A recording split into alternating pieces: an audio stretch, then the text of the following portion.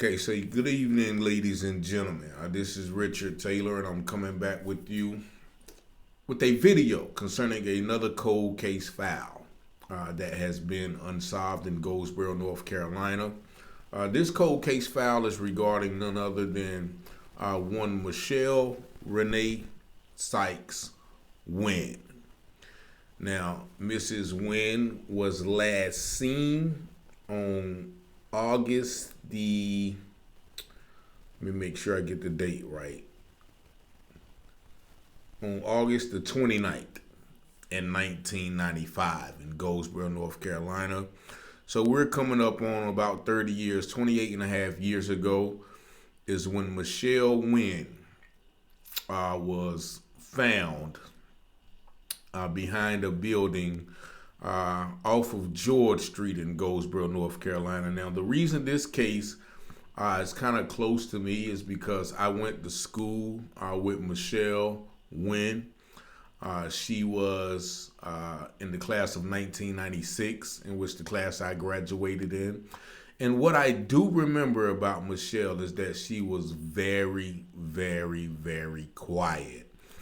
And she was so quiet that unless this did not happen to her, she would probably be one of the ones that you more than likely forgot about after high school. I mean, she was that quiet. Not saying that she didn't have any friends, not saying that she wasn't, loved and everything, but in my, in my recollection of her, she was very quiet, very sweet, very pretty as well. But she was one of the ones who you could say probably floated under the radar. And so that's what makes her death real disturbing because, we often wonder why it is the good ones that go so young and also the good ones that have to die. But I'm going to go over these couple of articles, but also I'm going to go over the autopsy report just to give people some insight on what really happened to her. Over the years, there has been, a lot of rumors that speculate on who may or who may have not been the perpetrator of her death. I won't say any names, but, one name, I think the man is deceased now. But she was found behind a club that was then called the Big Apple. I think now it is either a Mexican store or a church. But it was right off of in Goldsboro, North Carolina, off of George Street. But the story goes, the morning that Machelle disappeared was she was walking to school from the house of a friend. Now, this friend stayed in what is now called the Old Projects or Lincoln Homes. Now, apparently, Machelle had spent the night with that friend, and she walked towards Goldsboro High School. Now, the first, I think the first thing to point out or the first thing to address in this story is who was that friend?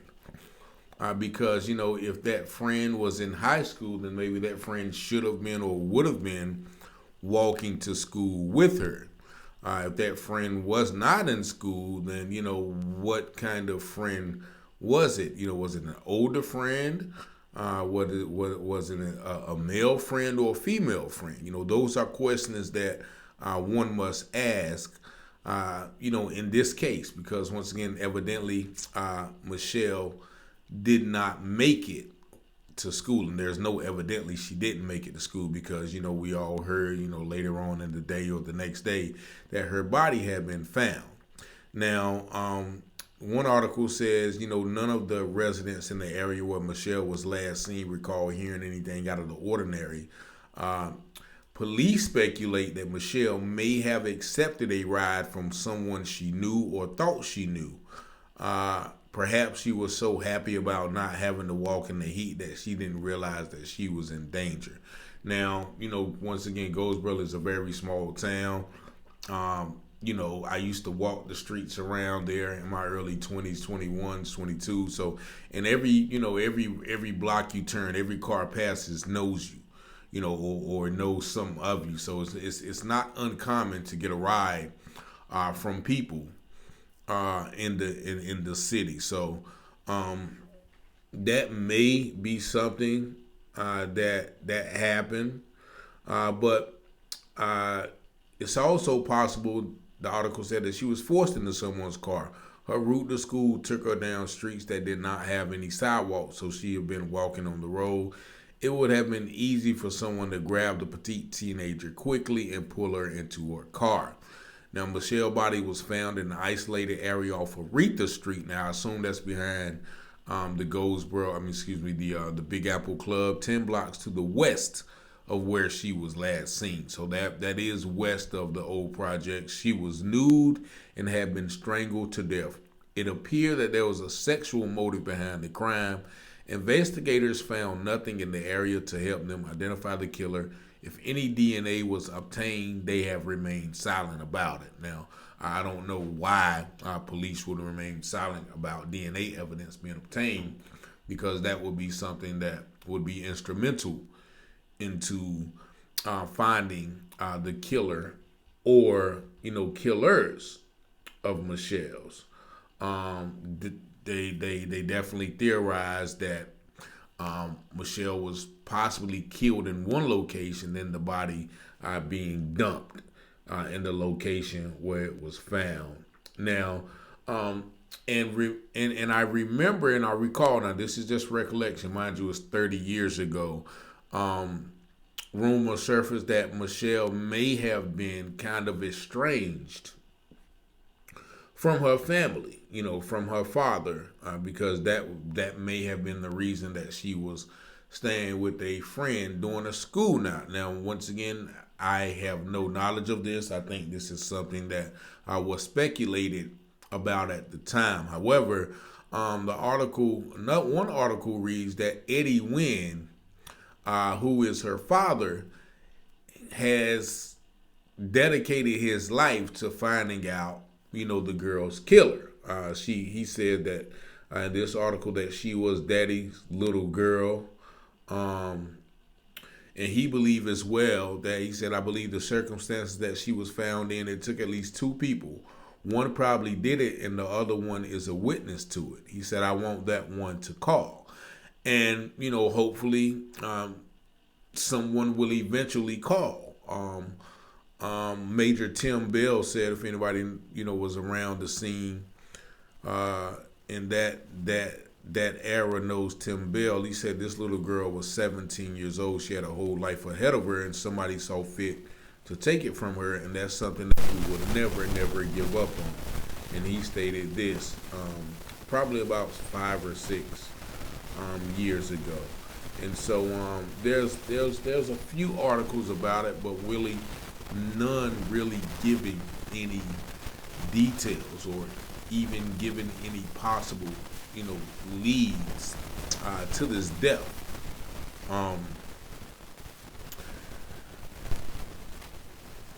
Once again, Goldsboro is so small that it is once again unfathomable to me that a lot of these deaths goes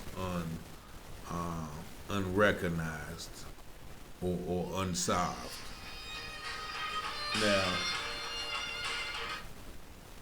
I'm going to read some of the autopsy to you just so, maybe it would bring some insight to somebody, or somebody, will, see how, I guess, gruesome it was, and then, come with some information. But this report was given from the office of the chief medical examiner in Chapel Hill on August the 30th at 1:20 a.m.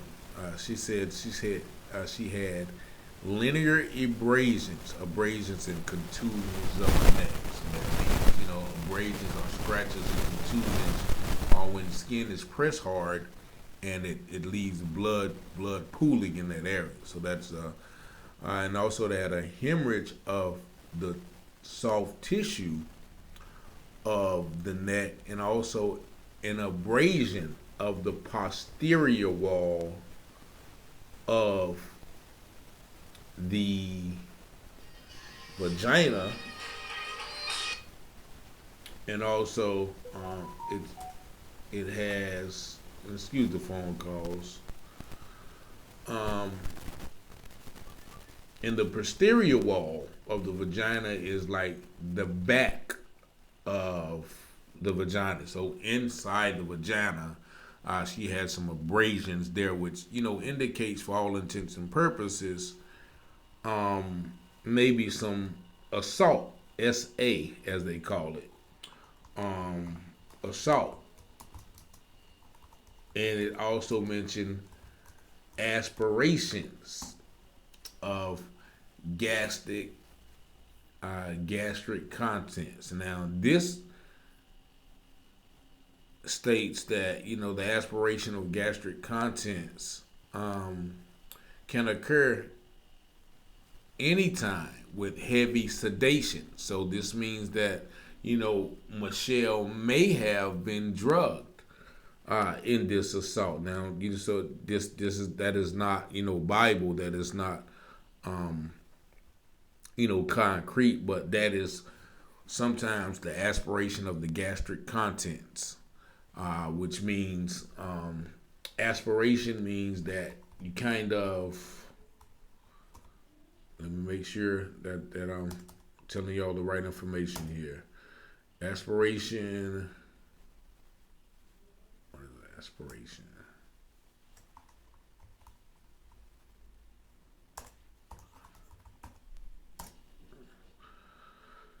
So, aspiration. So pretty much like a lot of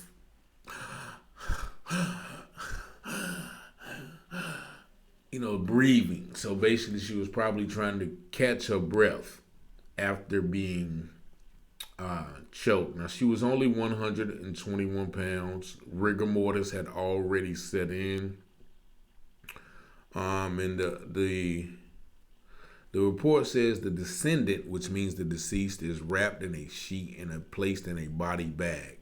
The body is that of an unclothed black female who appeared to be in her late teens. Paper bags are present on the hands. Fingerprint ink is already present on the fingers. There are red press-on nails on all fingernails except the second finger of the right hand. Now, paper bags being present on the hands, I'm not sure if that is what the coroner or the doctor put on her hands to preserve them, because they said fingerprint ink is already present on the fingers. So that means that they probably use fingerprint ink to identify the body. However, if those bags were placed on the hands by the attacker, that would have been a possible way of them thwarting any scratches or any DNA evidence in Machelle's attempt to fight back. Also, something that may allude to the fact that she fought backwards, it said there are red press-on nails on all the fingernails except the second finger of the right hand. So that means she may have been, trying to grab the guy if one of her press-on nails fell off. Now, once again, this is all speculation. Then it said there is post-mortem insect damage to much of the chest, abdomen, both legs, and back. These post-mortem injuries are most consistent with ant bites. So what they're saying now, she laid in that field dead long enough for ants and other insects to start to try to consume her flesh. The external examination of the head shows that there is a 1/4 inch abrasion located just above the right side of the lips. So there was an abrasion right here. External examination of the mouth shows that there is a bruising of the anterior oral mucosa inferior to the external abrasion. Now let's look up anterior oral mucosa. So what that is the wet soft tissue membrane that extends from the junction between the vermilion border of the lips and the labia mucosa. So now they're getting into a whole bunch of technical stuff that I don't have time or the energy or the interest of looking up. So somewhere, probably right here, right there, I think they're talking about, because it mentions that little thing right there between your gum and your lips. But there also let's get to the things that we know. External, that we know what it means. There's a 1.5 inch abrasion located just forward of the left ear. There's a 1/2 inch abrasion located below the left ear. External examination of the neck shows several small bruises on the upper neck. The lower anterior neck is remarkable for multiple short linear abrasions, for the most part approximately 1/4 in length. These abrasions are consistent with fingernail marks. So basically, the person or persons, whoever committed this act, dug their fingernails into her neck in attempts to strangle her. There's also a hemorrhage in the soft tissue adjacent to the left lateral upper thyroid cartilage region. Once again, all of that is around here in the neck. There's also a hemorrhage in the soft tissue adjacent to the left lower lateral aspect of the thyroid cartilage. Half abrasion on the right side of the back, as indicated to the attached diagram. There's a pattern abrasion on the right interior thigh. It consists of multiple punctate lesions and 2 parallel. So she was also injured in her thigh area.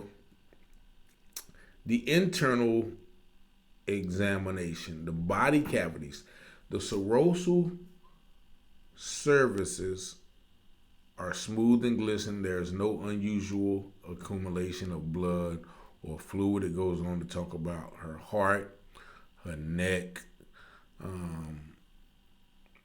respiratory tract, gastroenteric tract,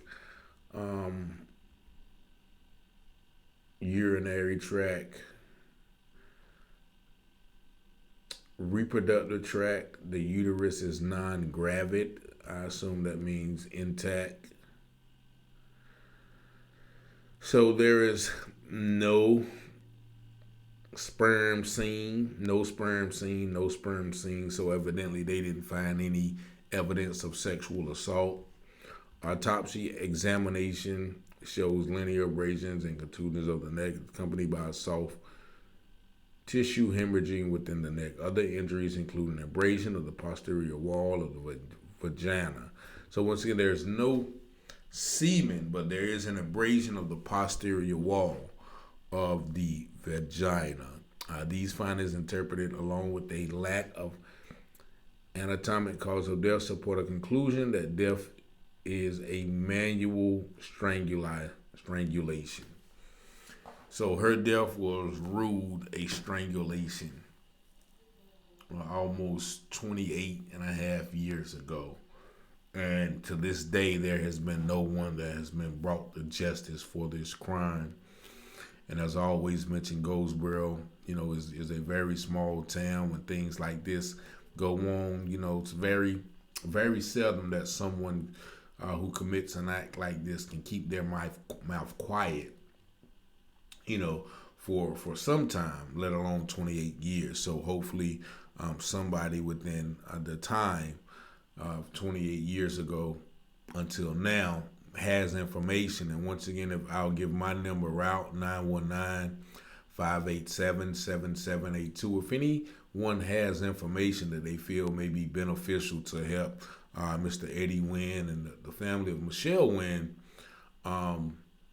bring this case to justice, feel free to reach out to me. I know there's this code about no snitching or whatever, but when someone like this died, all those codes should go out the window. And so I'm not, afraid to bring any information that will help bring this family justice unto the authorities. because this is something totally different than what that street snitching code was put in place for. Nevertheless, you know, with all respect to the family, her father, I do this with the intentions of keeping her name alive. Keeping, once again, she was a classmate of mine. She was, I wouldn't call her a friend, but definitely an associate of mine. And she was a friend to many others in our classmates. And people always talk about her, in regards to this, how sad it was, how, we there was a myriad of theories of what happened to her.